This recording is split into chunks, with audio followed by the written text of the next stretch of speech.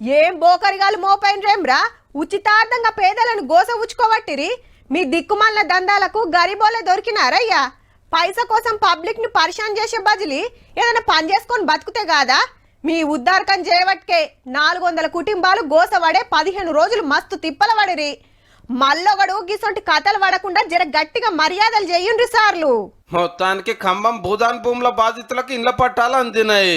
అదే జాగాలో 75 గజాలలో ఒక్కొక్కరికి ఇంద్రం ఇల్లు కట్టిపోతున్నారు. 311 మందికి ఈడ 101 మందికి సొంత ఊర్లల్లా. ఖమ్మం కలెక్టర్ ఆఫీస్ లో 3 మంత్రులు మీటింగ్ పెట్టి పట్టాలు వంచేండ్రు. మొన్న ఉలగొట్టినందుకు ఎంత గోసపడ్డారో ఇవాళంతా సంబరపడ్డారు. నడిమిట్ల బోకర్గాలు మోపాయి ఇలా కాడ పైసలు వసూలు చేసిరట. గుడ్డిగా నమ్మినందుకు గింత పని అయిందని గోసలు చెప్పుకున్నారు. కట్టుకుంటేనే నీకు భూమి ఉంటది, నీకు పట్టాలు వస్తాయని మమ్మల్ని బెదిరించారు సార్. మాకు ఇంత తొందరగా మేము పట్టాలు వస్తాయని మేము అనుకోలేదు, ఎక్స్పెక్ట్ చేయలేదు సార్. అసలు మళ్ళీ గుర్తించి మాకు పట్టాలు ఇస్తానందుకు, ఇల్లు కట్టిస్తానందుకు చాలా చాలా కృతజ్ఞతలు సార్. మీకు మేము డబ్బులు కట్టాము సార్. మేము మామూలుగా 20,000 కట్టాము సార్. తర్వాత అంటే వాటర్ కానీ కరెంట్ కానీ అమౌంట్ తీసుకున్నారు సార్. మామూలుగా పైప్ లైన్ వేస్తారని అట్లా కూడా అమౌంట్ తీసుకున్నారు సార్. 7 లక్షలు పెట్టి కట్టానండి నేను ఇల్లు. ఇప్పటికైనా ఈ ప్రభుత్వం ఇట్లా మమ్మల్ని గుర్తించినందుకు చాలా సంతోషం. వాళ్ళు ఎవరైనా మాకు మోసం చేసిన వాళ్ళని కూడా ఎవరిని వదిలిపెట్టొద్దు. ఇబ్బందులు కూడా పెట్టారు. ఇచ్చినాం సార్ డబ్బులు. అంటే ఇక ఖర్చులని 20,000, 10,000, 50,000 ఇచ్చిన వాళ్ళు కూడా ఉన్నారు సార్. అట్లా గోల్డ్ బ్యాంక్ లో పెట్టి 1.5 lakhs తెచ్చిచ్చాను సార్.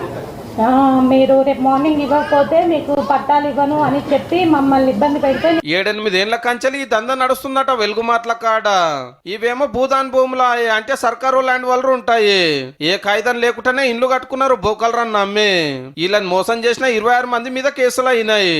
ఇందులో వాళ్ళకి 30,000 నుంచి 3 lakhs వరకు ఒక పూర్ పర్సన్ తో కలెక్ట్ చేసి వాళ్ళకి భూమిని పట్టాలు ఇస్తాము. ఇండ్లు గులగొట్టినందుకు ప్రతిపక్షాలు, ప్రజా సంఘాలు ధర్నాలు, దీక్షలు, నిరసనలు చేసినాయి. ముచ్చట ఇంత పెద్దగా అయ్యే వరకు అదే జాగాలో ఇల్లు కట్టియాలని డిసైడ్ చేసిరు అన్నట్టు. ఇప్పుడు అక్కడ గుడిసో ఇల్లు సిమెంటో కూలగొడితే ఆ నష్టం అయిపోయా. ప్లస్ ఇప్పుడు మళ్ళీ ఇందిరా ఇళ్ల కింద 5 లక్షల రూపాయలతో అక్కడ ఇల్లు పూర్తి కాదు. మంత్రి గారు దయచేసి దీన్ని స్పెషల్ కేసు కింద పరిగణించైనా సరే కొద్దిగా ఎక్కువ అమౌంట్ వస్తే.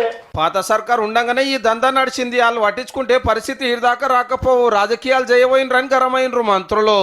ఎవరు ఏ తప్పుడు ప్రచారం చేసినా పర్వాలేదు, అర్హత కలిగిన పేదవాళ్లకి ఇంటి స్థలంతో పాటు ఇల్లు కూడా కట్టించి ఇవ్వాలనేటువంటి మన అంతిమ లక్ష్యం. మీరేదో చెప్తే ఆడ మేము ఇవ్వటంగా పేదోడి కష్టం ప్రత్యక్షంగా చూసిది చెల్లించే ప్రభుత్వం ఇది. మీరు 10 సంవత్సరాలు రాజ్యమేలారే, ఎందుకు మీకు ఆనాడు ఆలోచన రాలేదు, బుద్ధి రాలేదు, జ్ఞానం లేదు? కానీ ముందే ఎంక్వైరీ చేపించి ఎవరు కట్టుకున్న కాడాలకు పట్టాలు చేస్తే ఇంత లొల్లే ఉండకపోవునేమో.